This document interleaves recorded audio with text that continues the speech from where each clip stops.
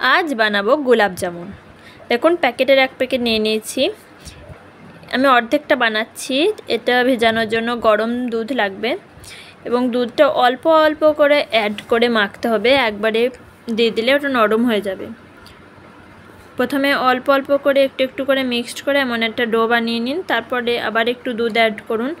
দেখুন এরকম হতে হবে যেন হাতে করে ওটা চলে আসে। তারপর এটা একটা থালাতে আমি লম্বা করে নিচ্ছি যাতে সব মিষ্টিগুলো সমান সাইজের হয়, সেটা বোঝার জন্য। এবার এদিকে আমি শিরাটা তৈরি করে নিচ্ছি। 1 কাপ চিনি নিলাম এবং অর্ধেকটা পানি নিয়ে সেটা আমি চুলোতে একটু শিরা বানিয়ে নিচ্ছি। দেখুন একটু টান টান ভাব চলে আসলেই বন্ধ করে দেবেন।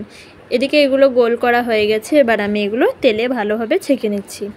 তেলটা খুব একটা গরম করলে হবে না, তাহলে ওপর দিক থেকে হয়ে আসবে এবং ভেতরটা শক্ত হয়ে থাকবে।